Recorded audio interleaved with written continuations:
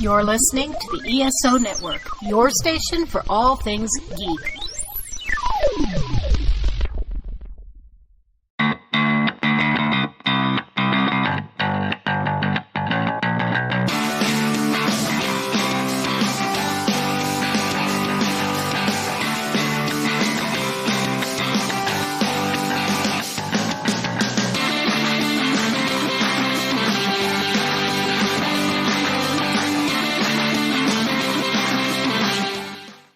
Welcome, music lovers, to Modern Musicology. I am here with my friends Stephanie Seymour. Hello, everybody.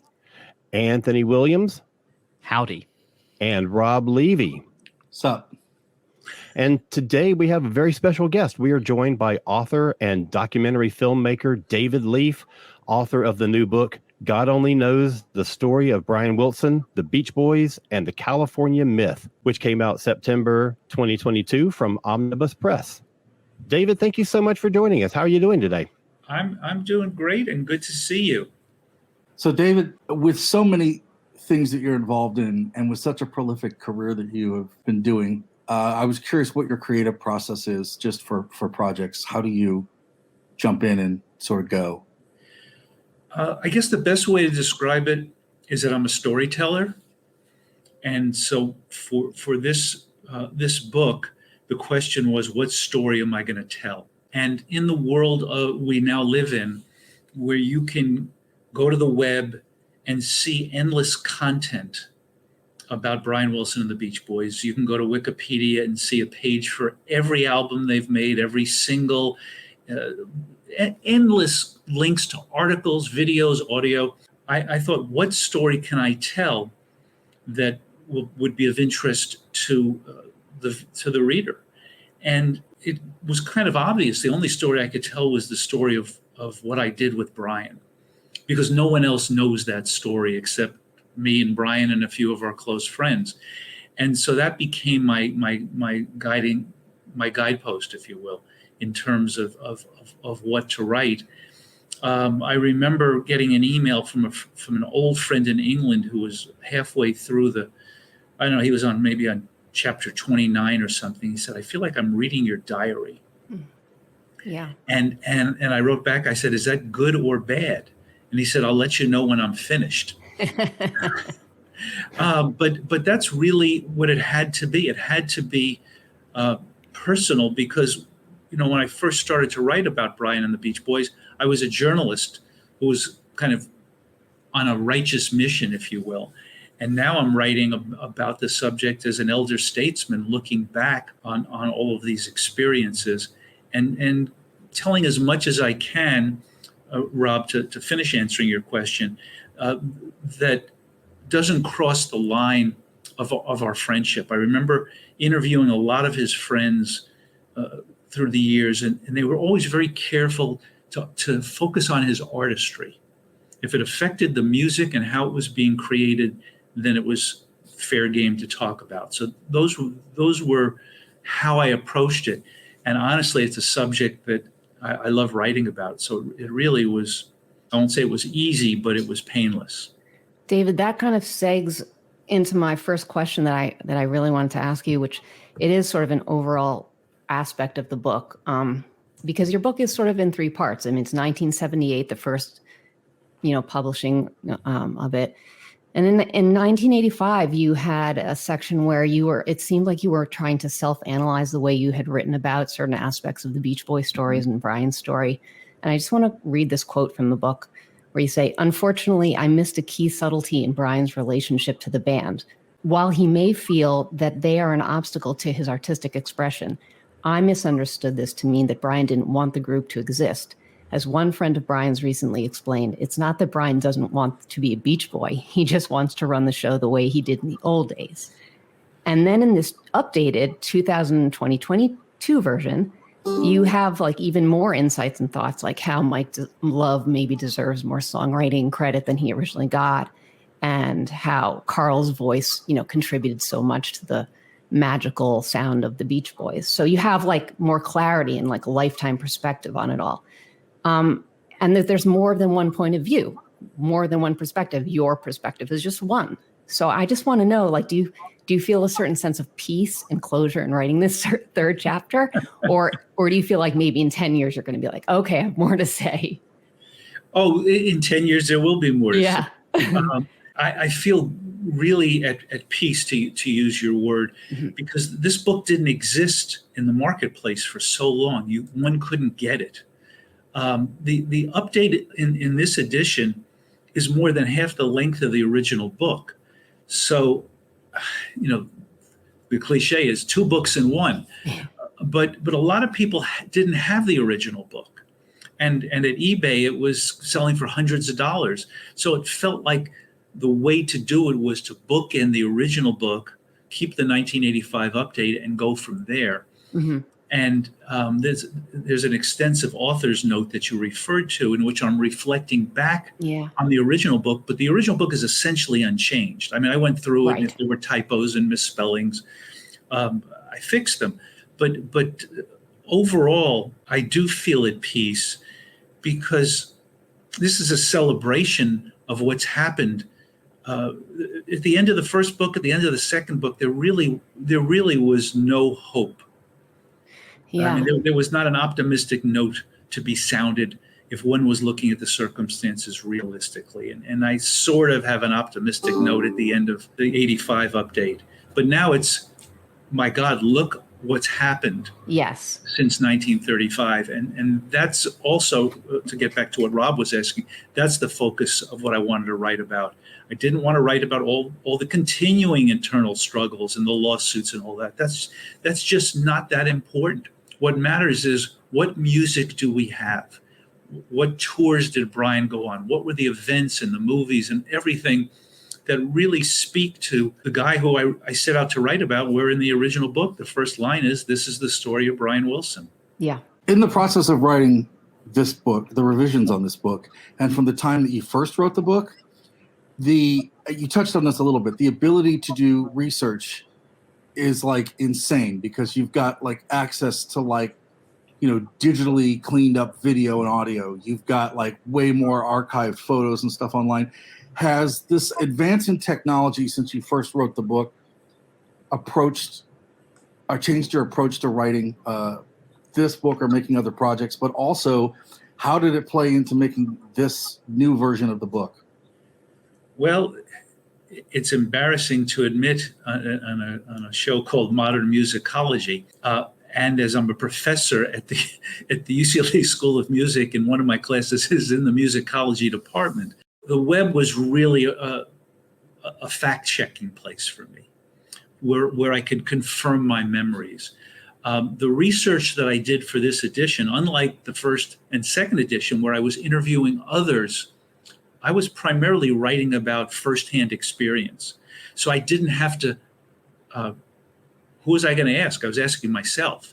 Now, that said, I talked to key people who've been around all these years, like Darian Sahanaja, like Ray Lawler, like Jerry Weiss, who also shared in this journey the past 30 plus years. So there was a great story that I wanted to tell about the first time Brian came to my apartment. And I only knew half of it. I only knew what happened when he got there. I didn't know what brought him to my apartment. So I interviewed Harvey Kubernick, the journalist who at the time was Melody Maker's West Coast correspondent. I said, "Why did you bring him to my apartment that night?"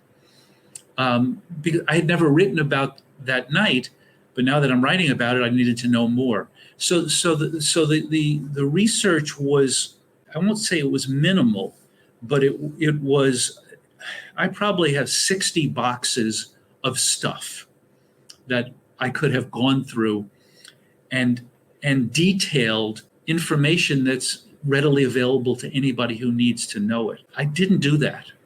I'll do that in 10 years, Steph. That info is coming. I mean, one of the things that I remembered was that there was a picture of Brian and I in 1977 at Brothers Studio. It's the first time we were ever in a picture together, and I was looking everywhere for it. Well, I stumbled across it about a month ago, which was way too late to get into this edition of the book. But it's such a complicated story. And people have asked me, why did you retitle it God Only Knows? So there's obvious reasons. One, it's one of, if not the greatest song Brian's ever composed. Two, it's Paul McCartney's favorite song of all time, and he graciously sent a lovely quote to open the book. But maybe the biggest reason is, if you ask me a question, the answer might often be God only knows. Yeah. I'm just still floored that, like, when you said, "Oh, Brian Wilson came over to my apartment," I'm still like, okay. Well, he didn't come over to my apartment. He was brought to my apartment. Right, yeah.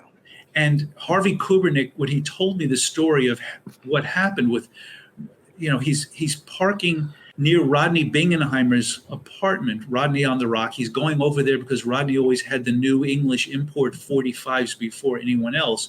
So he was going over there just to listen to records, and he sees somebody weaving, a pedestrian weaving in the middle of Sunset Boulevard, and he runs out there and pulls the guy to the curb, and then he sees it's Brian, who he knew, and Brian goes, "I took too many Reds." I mean, it's just it's just such a bizarre circumstance, and what I've really come to understand, it sounds crazy to say it, but everything about this story sounds crazy. But I believe that Brian has had guardian angels throughout his adult life. That doesn't sound crazy.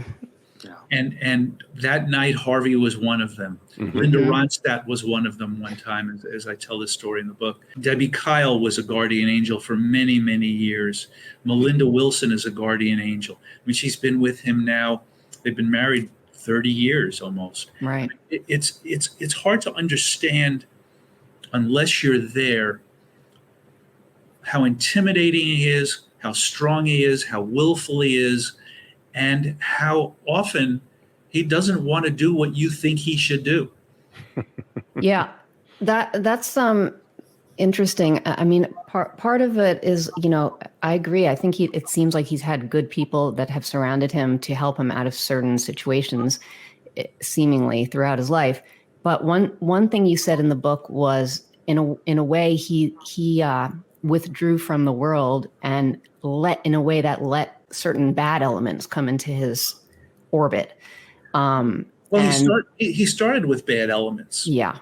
I mean, he starts with an abusive father, and we have to give Murray credit for what he did.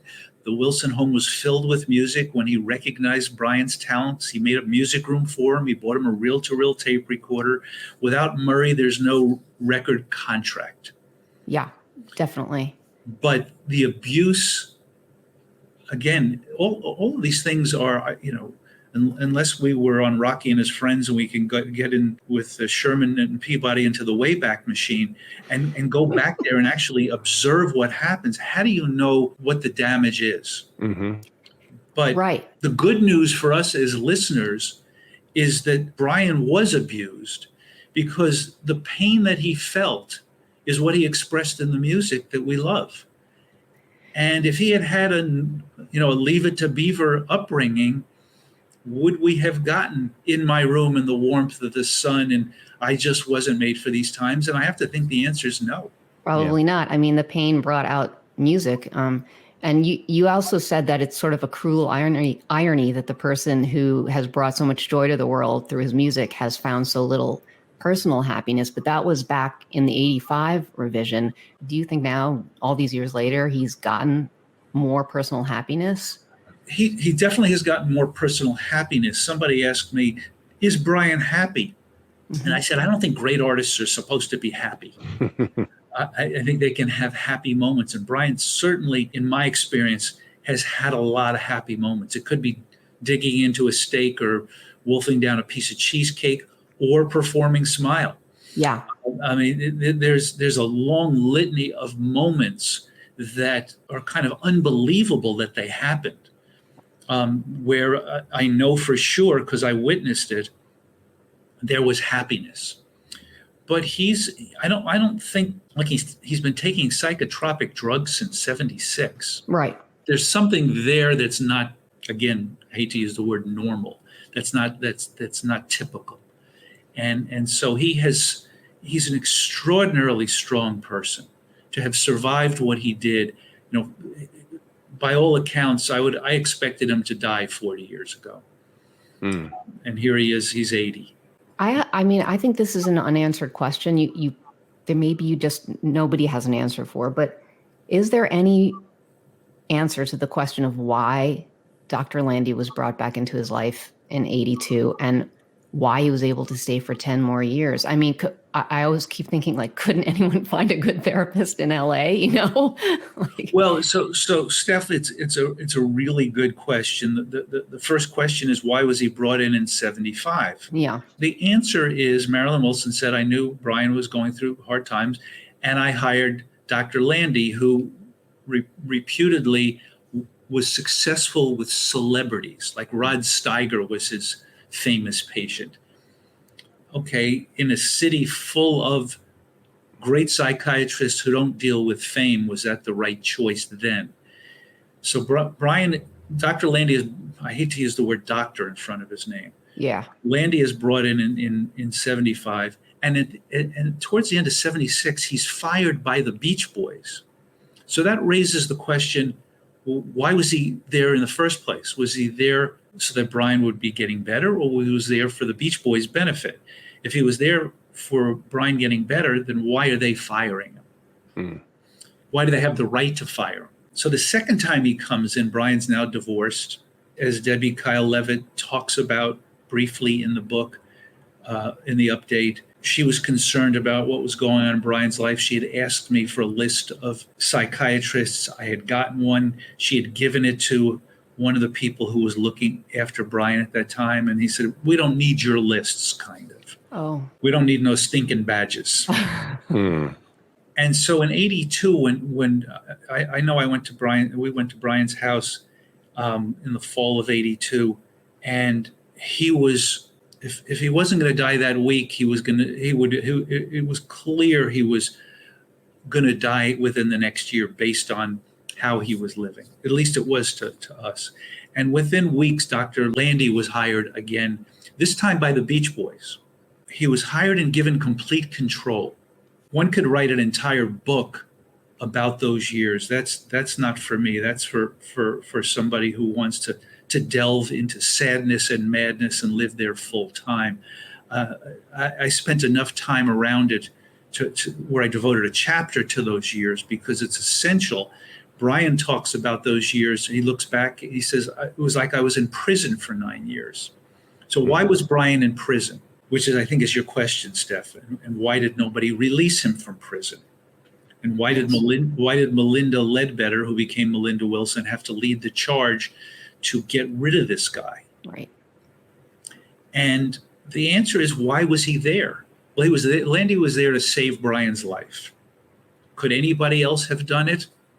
I don't know the answer to that question. Again, Brian was in bad shape, and they brought in the drill sergeant of all time. Why did he remain is your question. And yeah. Why was he so involved in the record making and causing so much turmoil and have such tremendous control over who could see Brian? And it goes to what happened the first time. Landy was like, okay, you want me back. This time you can't fire me. This time I want complete control. Right. And you're like essentially having to tiptoe around him or with him to try to get your projects done and everybody's.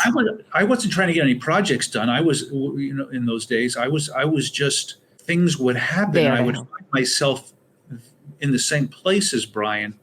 Mm-hmm. And it was like he could talk to me for a minute or so, but there was always somebody with a camera. It was disturbing. It was heartbreaking.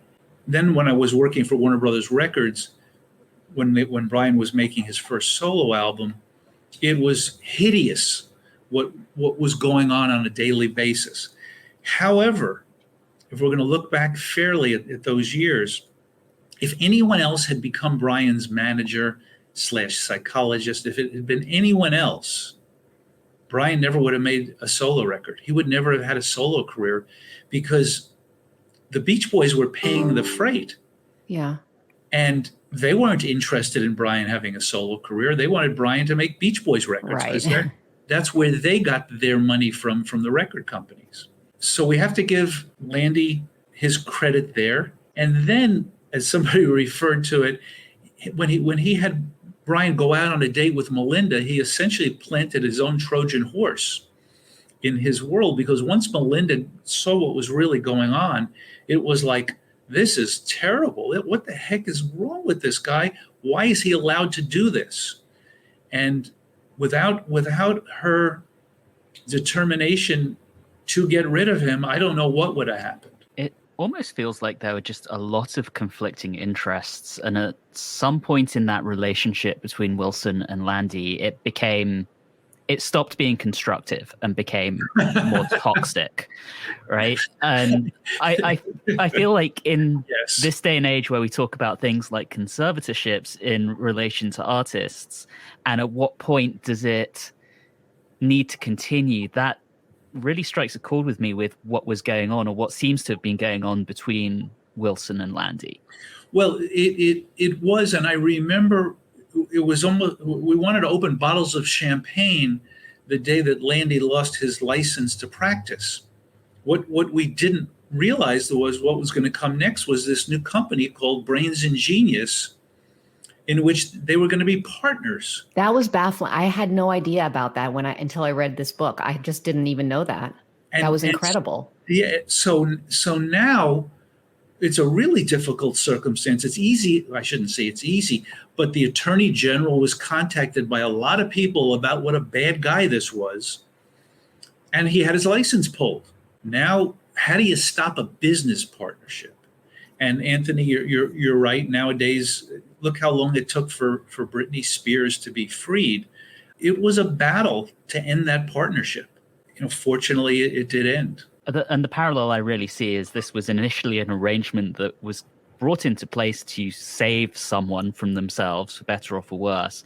But this person, whether it's Landy in the case of Wilson, or I alluded to Britney Spears and you mentioned her explicitly, her father, they just kind of seem to get their claws in and just dig and hang on for dear life. Well, that's the story of fame. People are surrounded by bloodsuckers. This happens all the time. It's just a matter of degree, and this was obviously an extreme. But the first part of your question was saving Brian. And one could ask the question, did he want to be saved? Or had he given up? Had he decided it's over and I'm just going to eat myself to death? I don't know the answer to that question. But that certainly seemed to be the path he was on. And to Steph's point, after a couple of years, it should have been, okay, I've done my job. He's now in good condition, and he's physically well. He's exercising. He's taking his medication. We don't need Dr. Landy anymore. Right. Done. Your job is done. Your job is done. But the people who had the power to stop it didn't have the power because they had given him the power. The Beach Boys Incorporated, if you will. And I think what an ethical psychologist or psychiatrist should have done was to step back and say, my job here is done. Call me if you ever find that I'm needed again. And that's very clearly not what happened. Well, Anthony, if we start talking about ethics and morality and look at the world, we're going to be here all afternoon. Very true. Especially in the music business. Hello. Well, the world. Yeah, definitely. I mean, it's, how is it possible that people are going to bed hungry, given the abundance of food that there is in the world? So ethics and morality, as Steph just said, in the music business is a tricky tightrope. I've worked with wonderful, wonderful people like Lenny Waronker and David Anderley, who Herb Alpert at his record company. They really cared about artists. Just make the record you want to make, and we'll do our best to make it successful. And if it isn't, well, go make another one. And Peter Frampton's a perfect example of that. The guy made 4 solo albums in a row, no success, and then finally Frampton comes alive, and pays back in spades the faith that A&M had in him.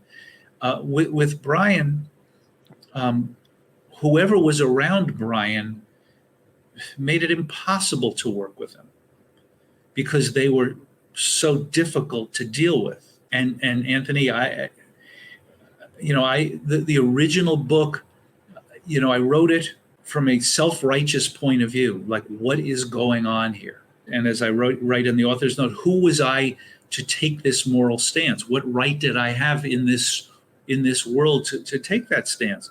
But it's the stance I took, and it's the reason Brian's friends trusted me, and ultimately it's the reason Brian trusted me. Speaking of friends, I was really intrigued, and always have been, sort of by the friendship that developed between Paul McCartney and Brian, and just a very positive friendship, because I think that they obviously creatively inspired each other to get better and better at their craft.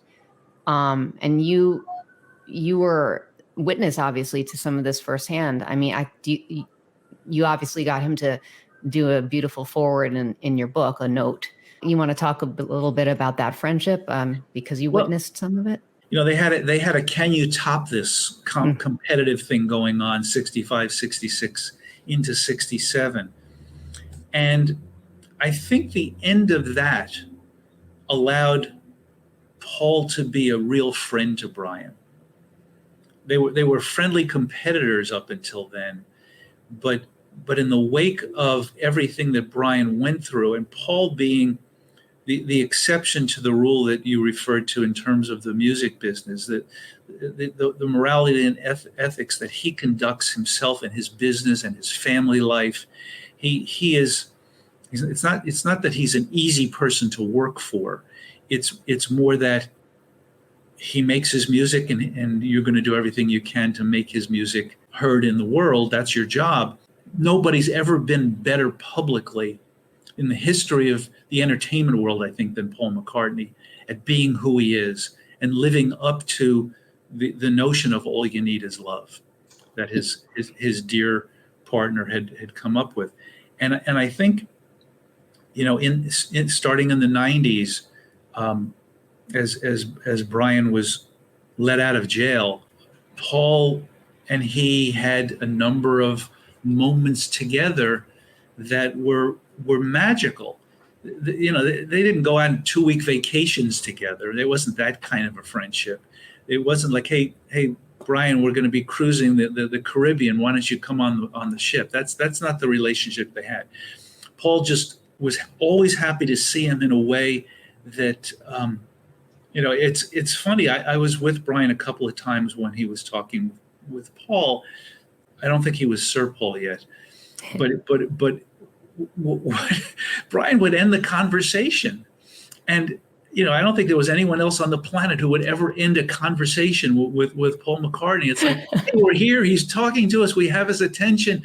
Can I watch this tennis match just for a little bit longer? It's it's Federer and Nadal, and it's like, this is pretty cool that I'm standing next to it. And Brian was like, okay, Paul, I'm going to go get dinner now. And it's like, no, we can get dinner later. but there were just magical moments. Yeah. And it seemed like Paul showed very much compassion and care and kindness for Brian, and that Brian appreciated and knew that somehow. Absolutely. Sir George Martin, same way. There wasn't anything they wouldn't do for Brian when presented with the opportunity. I mean, they loved what he created, because once upon a time they had competed with it. And one of my favorite sentences of Sir George is that Pet Sounds was our attempt to equal Sgt. Pepper, which is an admission that we didn't. Goodness knows what would have happened if Brian had finished Smile in 67. We don't want to play that woulda, shoulda, coulda game, because there's nothing to gain there. But when Sir George said, if I have to select one living genius in popular music, it's Brian Wilson. Yeah, that's staggering. So who is Paul McCartney actually looking up to, or at least looking at as a peer? Stevie Wonder, Bob Dylan, Paul Simon, Jimmy Webb. I mean, it's a handful of people who are at that level, not just of creative success, but who kept reinventing themselves and raising the bar on their work. And Brian and Paul together, it's such an amazing combination. They were born 2 days apart. And, one time Brian called Paul, who Brian's 2 days younger, and he called him Old Man Pablo. And it's like, nobody is going to get away with calling Paul old man. I mean, it just isn't going to happen. But Brian could, there was a genuine love of Brian for Paul and vice versa. And yet many years ago in the 90s, I wasn't Brian's official publicist, but I'd be getting contacted by Mojo or whatever magazine wanted some information. And one of them wanted Brian's top 10 favorite singers of all time list. So I asked him, and he did it pretty quickly. And I said, Paul's not on there? He goes, no. He says, Paul's a versatile singer, but he's not in the top 10 greatest. Because he had John on the list. Wow. Yeah. Oh, yeah. But that's an interesting way to think about it. Paul is an unbelievably versatile singer who can sing Little Richard, and he can sing Thaw Dylan, and he can sing a beautiful ballad. But he doesn't have just one voice. John kind of had one unbelievable voice. David, you very briefly mentioned Smile. And Yes. One of the things I wanted to talk about today was your own involvement in 2004's Brian Wilson Presents Smile. I'm going to out myself as the youngest one here. I was 16 when that came out. And I grew up on a diet of 60s music thanks to my parents. I was very familiar with the Beach Boys. And I was somewhat aware at the time as a 16-year-old living in London about the kind of legend of the unfinished album. And I think that was an absolute magnum opus of a piece of work in 2004. And knowing you kind of worked on the concert that came with it, I believe you were even somewhat involved the first time a song from the unfinished sessions was played in, I think, 2000 with Brian on a piano. Just what was it like to be involved in that? Do you see that as a huge personal accomplishment? What's your kind of lens on that? Well, in 71, almost my age, but in 1971, when I first read about Smile and I first heard Surf's Up, and it was in kind of a very selfish way, I want to hear the rest of this music. This is unbelievable. I've never heard anything like this. And I was also very troubled by what I was reading in Rolling Stone magazine about Brian, and I felt he was being exploited in this interview to sell a new album. And my roommate and I became incredibly obsessed with all of this. And I was troubled. I was studying journalism. It was during the height of the anti-war movement, and where we believed we could change the world. And my roommate said, well, why don't you do something about it? I was like, okay. And I'm going to move to California and write a book about Brian, become his friend, and help him finish Smile. Now, that is insane a notion for you, Anthony. It's like, I'm going to move back to England and become prime minister. I mean, it's just absurd. I mean, there's no reality attached to it. As Darian Sahanaja said, you couldn't even talk to Brian about Smile. But I began talking to Brian about Smile in the 1990s when we did a Good Vibrations box set. It was a 30-year anniversary of the Beach Boys' first top 10 hit, and record companies always looking for anniversary excuses to put out box sets. And Andy Paley and I had worked on the track listing, and I took it to Brian's to go over it with him. And there was one song he asked to take off. He says, I sound like a girl on that song. Take it off. Okay, if it bothers you that much, we'll take it off. And I said, Brian, between the single Good Vibrations and the single Heroes and Villains, there's this giant void. I said, you worked on the Smile music for 6-7 months. It's not represented here. And he said, what do you have in mind? I said, I think we should take some of the songs that are closest to completion and put them here. It's not finishing Smile. It's just in this retrospective of your career with the Beach Boys, it fits in. he said, okay, what songs? And I started Surf's Up, Wonderful, Cabinescence, etc. I purposely didn't mention Smile. And Capitol Records was over the moon at the notion that it was going to have Smile music, because if you're going to publicize a box set, that's a pretty good thing to hang your hat on, the first official release of Smile music. I think there's close to 30 minutes on disc 2 and maybe some sessions on disc 5. So that broke the ice. Smile music was released and the world didn't come to an end. It's not that I thought that was it, but that was all. I figured, okay, mission accomplished. But I also remember one day or one evening at Brian's house, while my late wife and Melinda were in another room talking, I had I had written the name of all the Smile tracks on 3x5 index cards. And Brian and I sat at the kitchen table, or stood at the kitchen table, and tried to sequence it to no avail. I mean, none of it made it. It just didn't make sense. So the ice had been broken, that it was part of the world.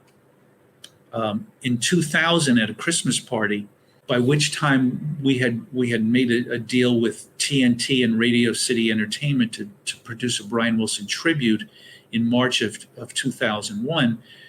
We're at Scott Bennett's house for a Christmas party, and Eva and Brian are sitting at the piano, on the piano bench with their back to the piano, and Brian says to Eva, "What do you want for Christmas?"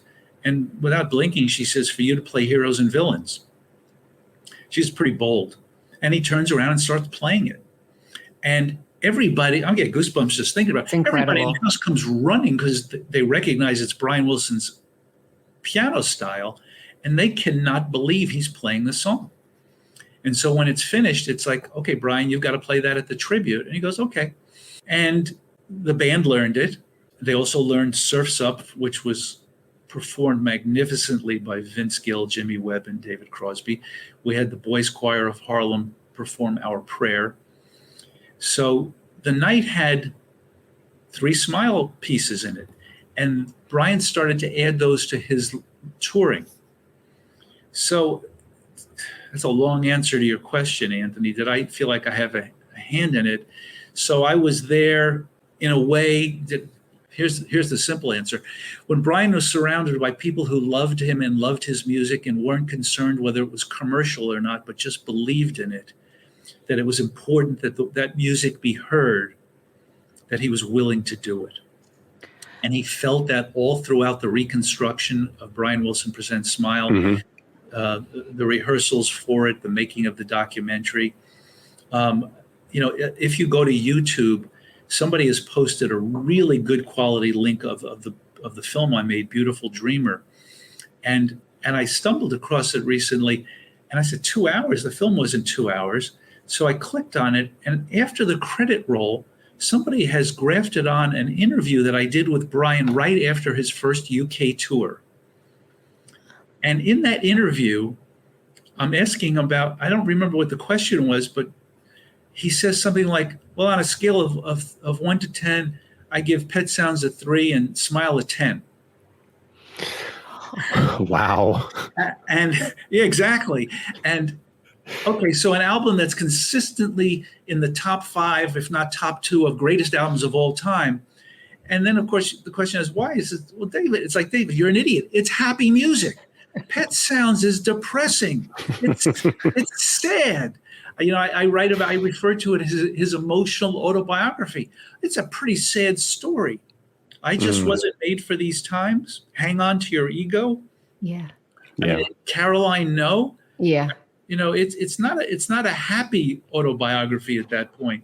Smile does just what it's supposed to do. It makes you smile. You said something in the book where you and Eva were watching him after that performance, and that you almost saw like something leave, like some. Not almost. You did. You both saw something at the same time. So I'm after this performance, the first performance of Brian Wilson Presents Smile is over. He gets the longest ovation, I think, of his career. It just went on and on and on. And in the movie, if you watch that scene, he stands back. He tries to stop the audience. He goes, hold it, like, okay, enough. And the audience just gets louder. And he steps back, and there's a deep sigh. And somewhere after that sigh, I don't remember what it was, immediately or 30 seconds later, I have a hallucination, I think, of what looked like demons leaving his head. Mm.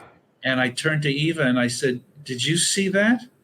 And she goes, yeah, what did you see? I said, you tell me first. and wow. and we both saw the same thing, which is why when I interviewed Brian for the film after London, I said, Brian, did you feel like the demons had left you?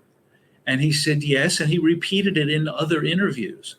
And, you know, our Smile cult from the 70s believed that once he finished it, he'd be free to make great new music, which is what happened. And so it was, you know, a series of dreams come true. I was working music retail at the time that the Smile album came out, and I can remember people's reactions to getting that music and hearing that music and having the experience, you know, and it's almost like it had the same sort of cleansing effect on listeners as it did on the performer. You know, for old time fans, certainly. Yeah. I think I wrote, you know, very, very few things in life live up to expectations, let alone exceed them. Mm. And I think that's why it's still a goosebump experience to talk about, listen to, watch the movie, watch him do it, because he just became Brian Wilson again in front of our eyes. Wow. And how do you quantify that? How do you, you know, and so the CD was the physical evidence of it. Right. We recorded the entire concert for several nights and edited it all together. It's never been seen publicly, but once. In 2019, there was an event at UCLA. I established, in Eva's memory, a scholarship fund for Brian, the Brian Wilson Scholarship for composing, arranging, and producing popular music. And we had an event where Brian was there, and we introduced the first scholarship recipient, and friends and family were there. And to make an event out of it, you know, I did an interview with Brian and Probe and Gregory from his band, but we showed that concert. It's the only time it's ever been seen, because we never finished editing it. This was a low resolution, unmixed version of it, and on a big screen in front of 400 people. And afterwards, Brian was like, "That was really great." It's like, okay, and Melinda said, "We got to get that out there." So, you know, yes, we do got to get that out there. But you know, Brian loved playing Smile live. I mean, it just made him joyous. So I don't remember who asked the question, you know, is he happy? Playing Smile made him happy. Yeah. David, that's that was so nice to beautiful. Hear. You know, you talked about the joy that talking about Smile brings people, and your story there at times was really bringing a very joyous tear to my eye. So thank you for that. And thank you for sharing. You, Anthony. Yeah, it's, you know, you know, people have accused me of, is it pronounced hagiography or hagiography? Okay, I'll accept the accusation. I love him. I love the music he's made. I love the feeling his music has imbued in me and millions of people around the world. It's just stunning to have been by his side for a lot of the great moments. A lot of moments that had nothing to do with public consumption that you know I write about in the book, like the Japanese driver who spoke very little English, but he said to Brian, "Your music makes my heart soar." And I don't know what is there. I wrote a book that's over 450 pages, but that's the best description I've ever heard. Yeah, that's great. That's amazing. You know, David, there are a handful of times when I've gone to concerts and just felt absolutely euphoric. You know, we often talk about in this podcast when Anthony and I saw Sparks this year coming out of the pandemic, it was very euphoric, right? When I saw Leonard Cohen, it was very euphoric. But there is nothing like the time I saw Brian Wilson. I can't describe it. I can't explain it to anybody unless you were physically there. It was like his ovation at the end was at least 10 or 15 minutes. And it's one of those times that you just saw a performer live that you felt genuinely great for the artist, right? Not, oh my God, I saw this great concert, right? It's reversed. You're like, I feel triumphant for the artist.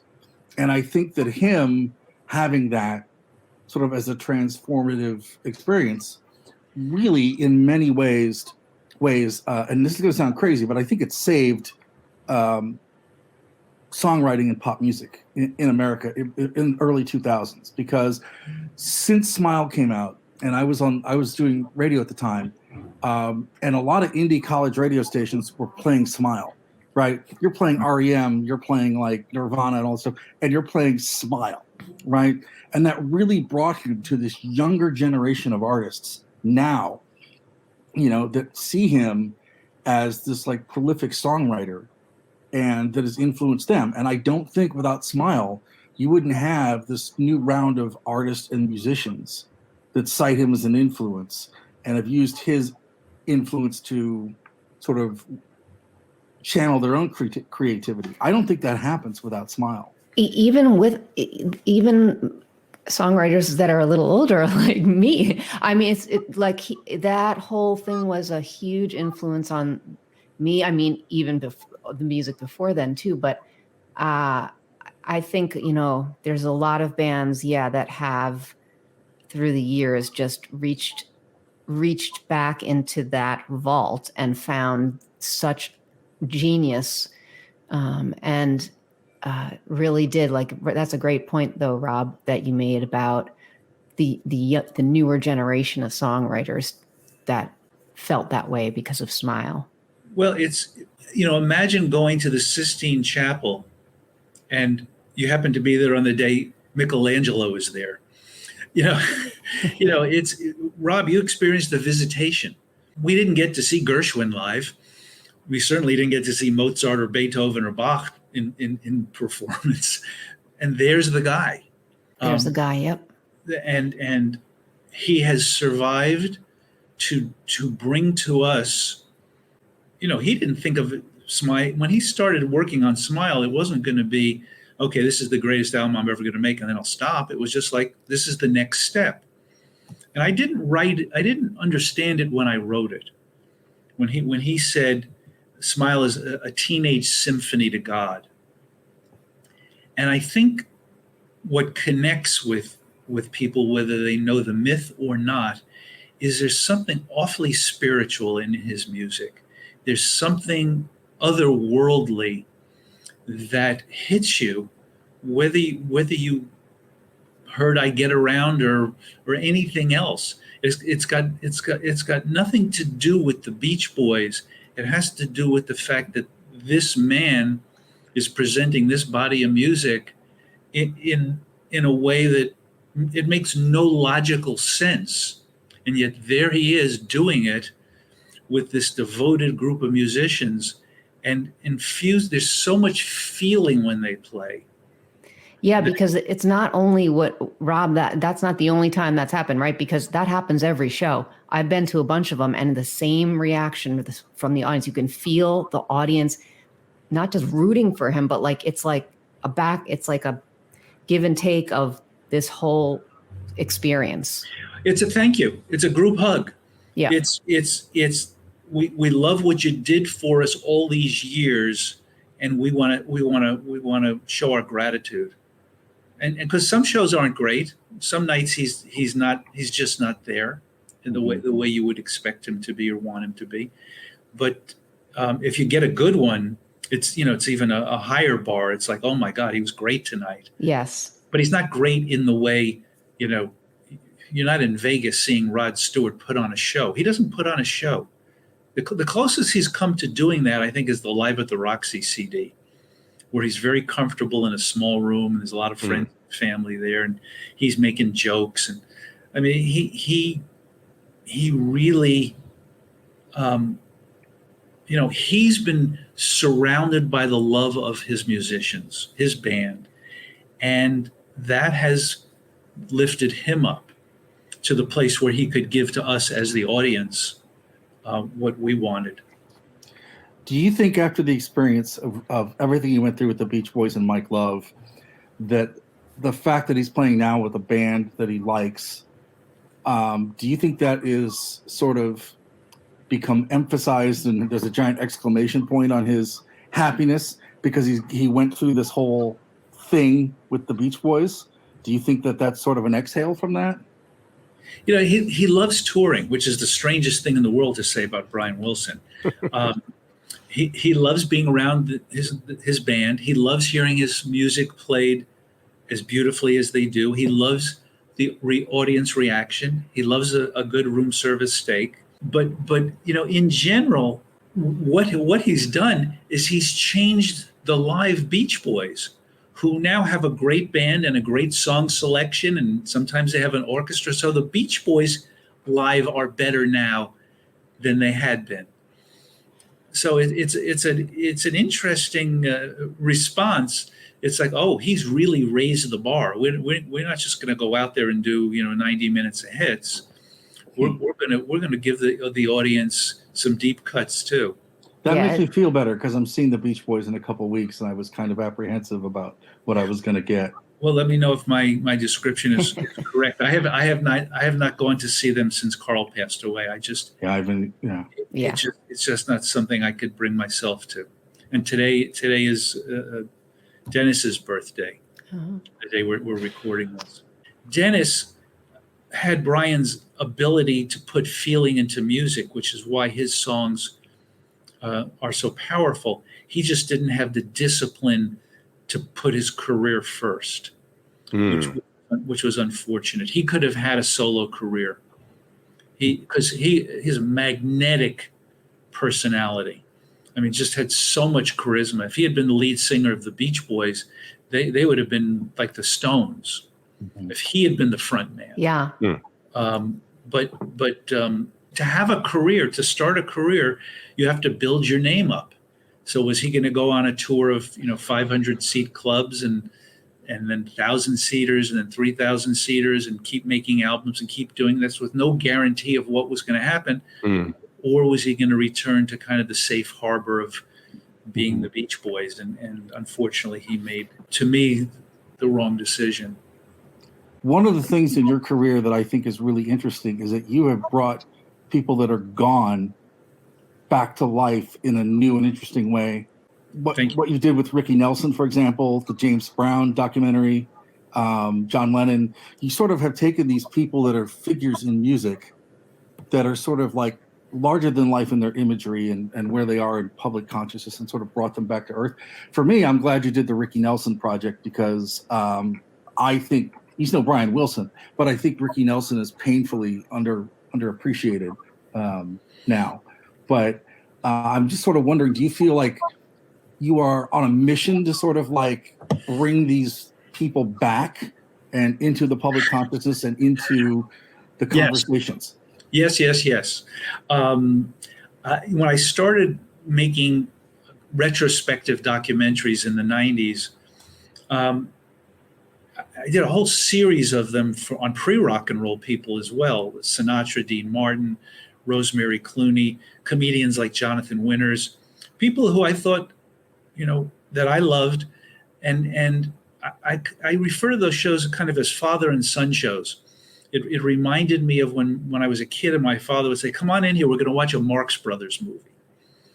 And so I'm kind of passing it down. I think what you said, Rob, is the first time Ricky Nelson and James Brown have been in the same sentence together. I loved hearing that.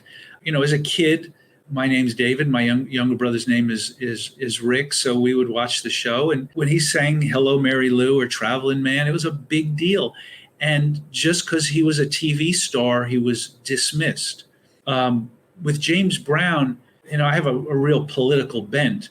And the John Lennon film and the James Brown film gave me a chance to tell stories in a sense had nothing to do with who these artists were creatively, but had everything to do with what they represented and what they did that was important outside of their musical career.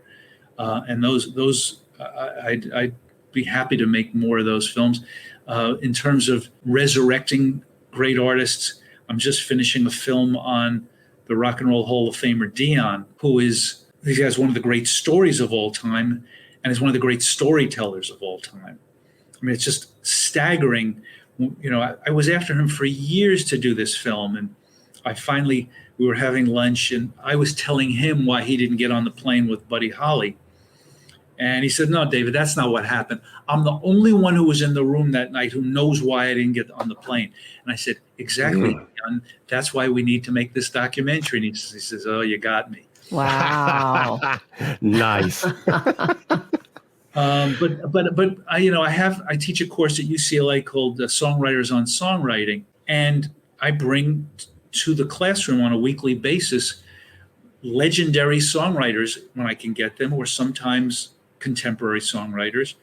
But I have had Burt Bacharach, Randy Newman, Jimmy Webb, Lamont Dozier, Mike Stoller, Mac Davis, Jeff Barry, Barry Mann, and Cynthia Weil. And for 2.5 hours, I get to ask them anything I want, and the students get to talk to them as well. And Jimmy Webb is, you want to talk about somebody who should have a full-length feature documentary on him. I mean, what a remarkable career he's had.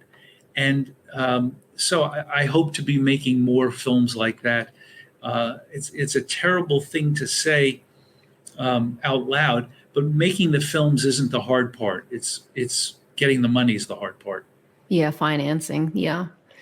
I also wanted to just your 2000 film about the Bee Gees, that was unbelievable.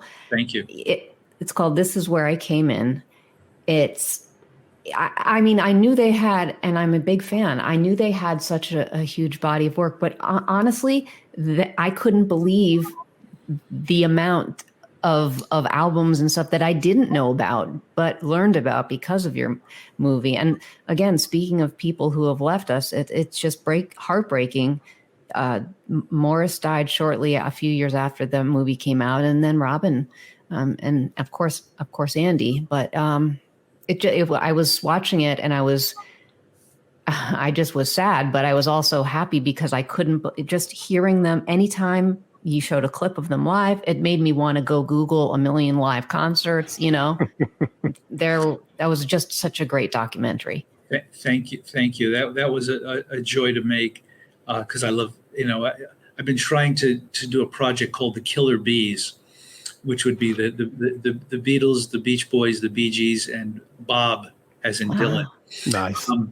But for your listeners, at YouTube, there's the link to the DVD version of the Bee Gees. This Is Where I Came In. It runs around 2 hours. There's a link to Beautiful Dreamer, the Brian Wilson film. There's a link to The Night James Brown Saved Boston. There's also somebody posted a fairly decent copy of an all-star tribute to Brian Wilson, which I wrote and produced in 2001 with the late great Phil Ramone and my pal Chip Racklin. That was at Radio City, right? That was a Radio City musical. Right. And so to be around these people, and it's like, how did I do it? Well, I was a workaholic was one reason.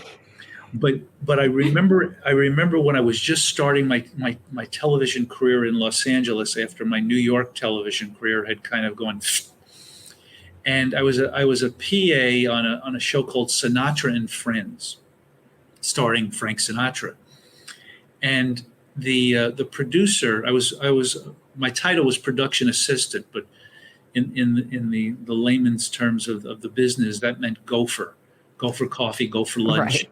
Yep. Go for whatever. I mean, it's so long ago that when I had the task of Xeroxing the script, I had to make 40 copies of the script. It was an all-day job. I remember those days of Xeroxing well. At any rate, I was the producer, Paul Keyes, said to me, "Come on, kid, we got to go over to rehearsal."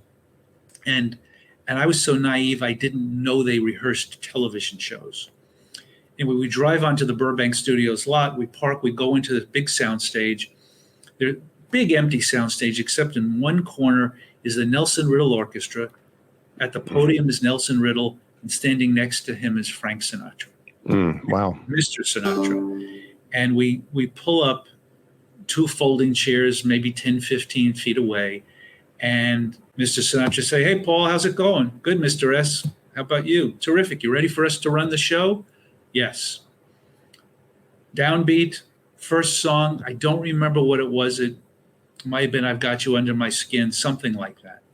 And within a minute, maybe less, what went through my head was, okay, when I was a kid, I played trumpet for a year, but I sure don't play like those guys. I sing. I love to sing. I even had a group for 3 days called David Leaf and the Twigs. But, That's fantastic. but I sure don't sing like that guy. Yeah. Then I thought, this might be the coolest place in the universe at this moment. And then my next thought was, what can I do to earn a place in this room? And what I learned, because my job was to be at the producer's side, always. And what I learned watching him was what he was doing. We didn't see the backstage disagreements. We didn't see any of that. What he was doing was putting a frame around a great piece of art and presenting it to the public like a museum curator. And I realized, I don't know where I got that confidence, but it was like, I could do that. And I think that was the guide to what Rob asked me a little while ago. I think that was the guiding principle to what I did was, okay, I'm going to present a great artist. How should they be presented? That was sort of the spark, really, for you. I think so. Wow. On that note, I wanted to speak specifically about the James Brown documentary. A couple of shows ago for us, we were talking about controversial songs, and one of the things that I brought up was "Say It Loud, I'm Black and I'm Proud," which I think is one of the most important records ever recorded. And that's sort of a direct result of an incident that you documented in your film, The Night James Brown Saved Boston. Which is currently streaming on Peacock. Really? So, yeah. They don't have the right. I actually just discovered that this afternoon. I was just kind of looking to see. I wanted to know where it was available so that I could say so on the show, and I was surprised to see that it was on Peacock. Me too. I want you to talk a little bit about the incident, but also what drew you to that subject matter. Well, I knew the story of the concert. And I got a call from a guy named Sean Amos. You may recognize his last name. He's the son of famous Amos, the great cookie maker. Anyway, Sean called me. He was working at a company called Shout Factory. And he said, hey, David, would you be interested in making a film about the concert James Brown? And I just filled in the sentence. And I said, absolutely. And what an exciting opportunity. This was just after the U.S. versus John Lennon. And we went to VH1, who are our broadcast partners on the Lennon film, and Brad Abramson there said yes, provided you can have it ready for the 40th anniversary of Martin Luther King's assassination. We want to air it that night. Wow.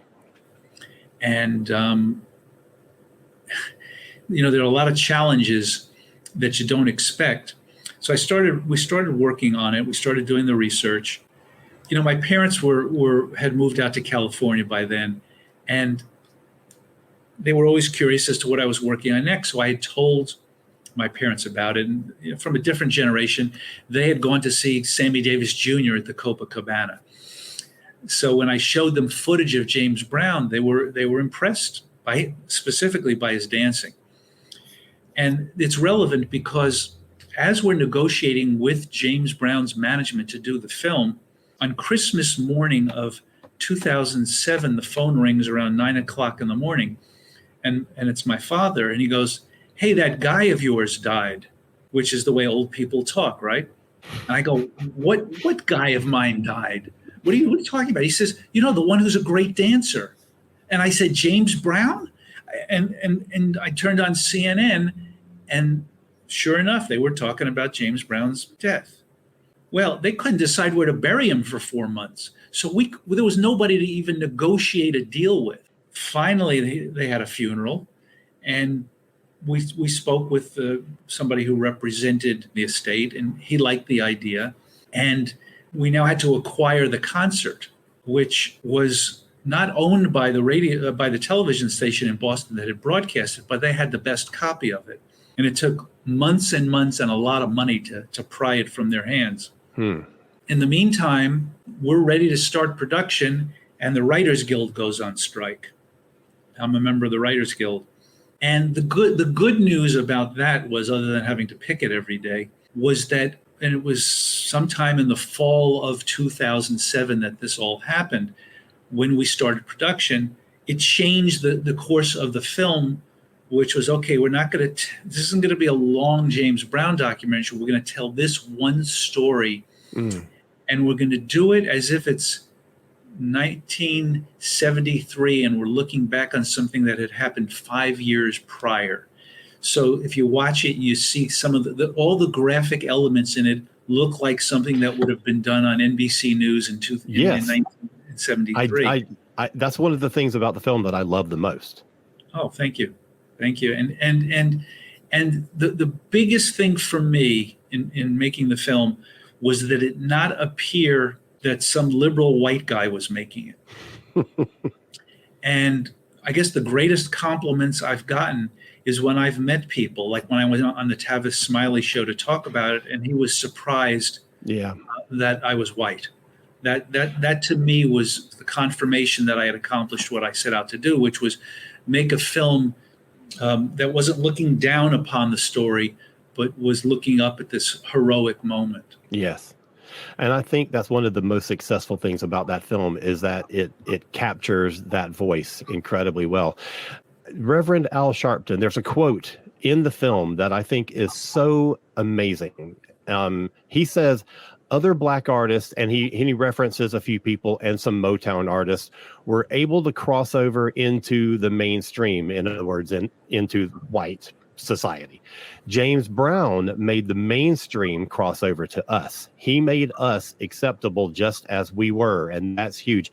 And I feel like that's sort of the mindset behind the song, Say It Loud, I'm Black and I'm Proud, is that he was bringing white audiences to Black music rather than Black music finding a way into white radio or white listeners. Yeah, he was, it's a very astute comment from Reverend Sharpton, who was extraordinarily close to James, and people were stunned by both his presence in the film and how brilliant he was in it. But he was great, and everybody in the film was great. What's the flip side of that is like the people from WGBH who were well-meaning people. It's like, we didn't know anything about James Brown. Yeah. I mean, it was clear. And I guess, my regret is that the film wasn't called The Night James Brown Saved White Boston. Because that's what he did. Wow. I'll call Peacock and tell them they need to change the title. That's a good idea. You have so many credits and you've gotten awards in terms of Beach Boys related stuff, but even a Grammy for like the Pet Sounds sessions, right? I mean, it's just your career has been almost, it's like overwhelming, all the amazing things you've done. Thank you. Maybe it's because I always looked at everything as an honor to be part of it. Yeah. That Brian, when I talked to him about what was going on at Capitol, I said, I think we should, for the 30th anniversary of Pet Sounds, we should do the Pet Sounds sessions. And he was like, what would it be? And I told him, he goes, people want to listen to all that stuff? And I was like, yeah. And so that he trusted me to do it. Yeah. And all those people who were in the books, in the box set, trusted me to talk to me about it, including Sir George Martin and Brian's best friend, Danny Hutton, and Paul McCartney. I mean, it's just, I had to earn that trust, and I'm proud that I did. And it seems like you've earned it from so many really huge stars and people behind the scenes as well. When you have George Martin being interviewed in the Bee Gees documentary, I mean, that's just, he has so much great insight and things to say about that. Sweetest man you could ever meet. Really? Just he should have been king of England. He had this regal bearing about him. I mean, just classy beyond words. Mm-hmm. Yeah, I just like how I everything sort of seems connected in a way, Well, look, we all share the same passion for music. We just have different favorites, and that's the commonality, that we're obsessive about the artists we care about, and we buy way too many. Well, nowadays we don't have to buy anything, but that's right. I've got a room filled with box sets and CDs and books and DVDs at UCLA. That's just like, I got to listen to everything again before I go. I know, it's like, got to start now. I feel the same way. There's just things I want to read, books I have, CDs I have, records I have. When am I going to they're all my favorites, Where is music scholarship and academia headed? Well, that's not a question I'm really qualified to answer. I teach in the music industry program at UCLA, and our program is growing dramatically because young people want to go into the music industry. And the music industry today, I started teaching in 2010. It has changed so much in just these dozen years. So we have to listen to people who are much smarter than I about the contemporary music business. I'm focused more on what I call the Renaissance that we lived through from the mid 50s to the early 90s, of just a staggering number of great songwriters and groups and artists. That's where my focus is. But as somebody who's writing books about the Beach Boys and producing these amazing documentaries that future generations are seeing, right, and taking knowledge from, right? There are a ton of people in hip hop that have seen that James Brown movie, and that's been huge for them, right? But that is in itself a form of teaching another generation about music. And absolutely, in an age, I guess I should have been a little more clear, but in an age of short attention spans and fake news and sound bites and stuff, how do you present biographies or information about people that are really relevant in the development of American popular music, and get them interested? And sort of also, how do you get the stories accurate? Like, you're writing a book on the Beach Boys, and there's so many people now that just, I'm going to write a book, and they write a book. So how do you keep that accurate? How do you keep it fair? And sort of how do you keep it going so that you can write about these artists that are important and get new people to discover them? There's about 4 questions in there. I know. I'm basically, yes. In terms of the classroom, because I come from television, my classroom is like a TV audience. Okay. And if you remember the old show Inside the Actors Studio with James Lipton, think of me as a less haughty James Lipton. Okay. And so I come out and I do my monologue, and then I introduce my guest. I have a guest every week in my classroom. If it's a songwriting class, it's a songwriter's either at the piano or with a guitar. If it's in a documentary class, it's typically a director of the documentary or a producer that we're studying that week. In my Beatles class, called The Real Beatles, REEL, I actually interview people who either worked with the Beatles, like Peter Asher, or Michael Lindsay Hogg, or I interview people who've worked with one of the Beatles. I'm coming to UCLA. I'll be there tomorrow. Every one of your classes. You're welcome to sneak in the back. And at the advice of my fiance, the students have to turn off their electronic devices and pay attention. Excellent. It's information and entertainment, and I'm trying to draw them into this great artistry. I'm more than anything, though, I'm focused on the students understanding that their dreams can come true. These are the smartest kids in the country, many of them coming from overseas. Brilliant kids. And the last week of my documentary class, I will show Beautiful Dreamer, Brian Wilson and the Story of Smile. And all all quarter long, we have talked about a film before we watch it. We'll do an interview with the director. I say, we're going to watch this one without any comment, and then I'll tell you about it afterwards. And then after they've seen the film, I then tell them my story. And I say, when I was your age, I had this dream. And it only took me 33 years to realize it. But the point is that if you're determined, if you're disciplined, if you're dedicated, if you're determined, what I call the 4 Ds, you can make your dreams come true. Most of my students aren't going to make documentaries or become songwriters. They're certainly not going to become Beatles. But the greatest gratification I get is when I get an email from a student who just graduated from medical school saying, just wanted to let you know, Professor, your class was really inspiring. Oh, man. That's and so awesome. I'm trying to teach them about real life at the same time. As I say at the first day of class, this is not organic chemistry, guys. You're going to be listening to music and watching music films and hearing living history from the people who did it. So that's my methodology, and everything's recorded, and so the body of classes will live on forever too for those who want to research it. Yeah. And that's I love it because it's music and is so inspiring. And yes, your students aren't all going to become musicians, producers, whatever. They're going to do whatever field that they go into, but it can inspire them to do whatever career they choose. It can be that inspiring. That's what music can do. People think it's blasphemous when I say music is my religion, but what somebody said, it bypasses the brain and goes straight to the heart. And how many things do that in a positive way? Right. Yeah. And I think chocolate and music.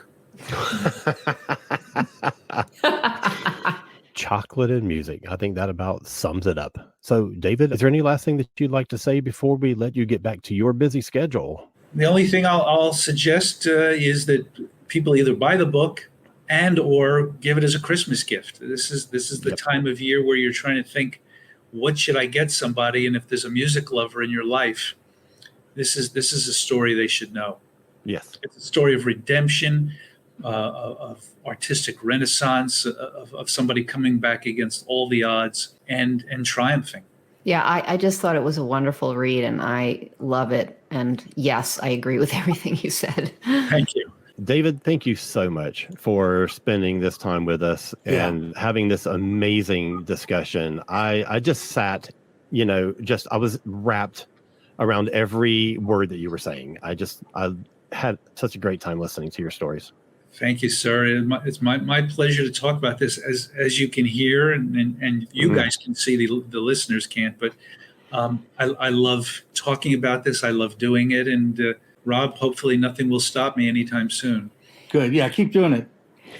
We thank you. It was just so enlightening and wonderful and makes me happy. It made me happy. Yeah. Now, this was fantastic. Thank you so much for spending some time with us today, David. This was really interesting. My pleasure. We'll have to come back and do this another time. I would love that. This was the highlight of the day. I can tell you that. I got to get back to work. Well, thank you again, Thanks Thanks so David. much. So Thank you, nice to guys. meet you. Nice to meet all of you. Thank you. We'll talk Stay in again touch. soon. Take care. All right. Have a good holiday. Oh, Yes, you you too. too. You too. Take care, Thank you. David. Bye now. You know what now is a good time for? It's time for a promo for the Cosmic Pizza Podcast. The Cosmic Pizza Podcast, you say?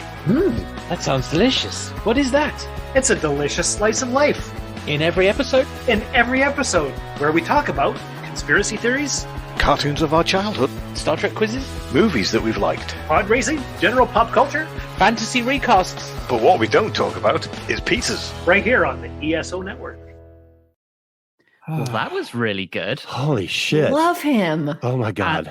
Rob, Sure. that was a good get. That was a good Yeah, he get. was amazing. And he's so nice. I'm going to be in LA in February. Yeah. Oh, you going to Galley? Hell yeah. Hell yeah. Bastard.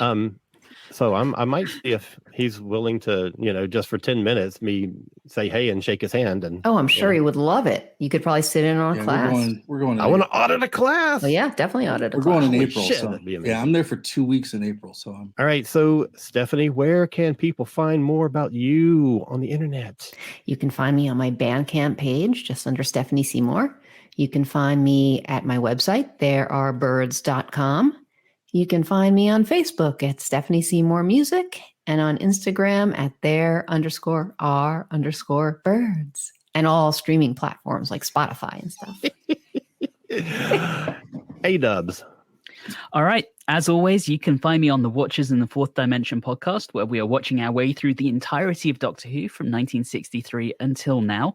We have just kicked off season 13, so another classic Tom Baker season. And you can find us on Apple Podcasts, Spotify, Stitcher, Google, Amazon, wherever you like to get your podcasts, including, in all likelihood, wherever you're listening to this one. We're also on social media at Watchers4D on Facebook, Instagram, and unfortunately still Twitter. And if anyone wants to follow me on a personal level, you can find me on Instagram at Englishman in ATL. All right, Rob. So you can find me on Facebook and, as Anthony said, for now, Twitter, and post at Rob_Levy. You can find all my socials there. I also am involved with the NeedCoffee.com Weekend Justice podcast, and you can hear me on the radio every Wednesday from 7 to 9 Central on Juxtaposition on KDHX. If you have things to do or you want to listen later, it's okay. All the shows are archived for 2 weeks, and you can listen to it at your leisure at kdhx.org. And you can find me at cosmicpress.com, KOZMICpress.com, where you can take a look at all the books that I've written, the books that I've published by other authors, and all the podcasts that I do. So thanks so much. This has been a great year. So thanks. Hope you'll join us again next year. Have a great holiday season, and we will see you around the bend. Take care and keep rocking on. Thank you, Happy everyone. holidays! This has been a broadcast of the ESO Network. Be part of the crew and help support our shows by donating to our ESO Patreon or by shopping at the TeePublic store, which can all be found at www.esonetwork.com. The ESO Network, your station for all things geek.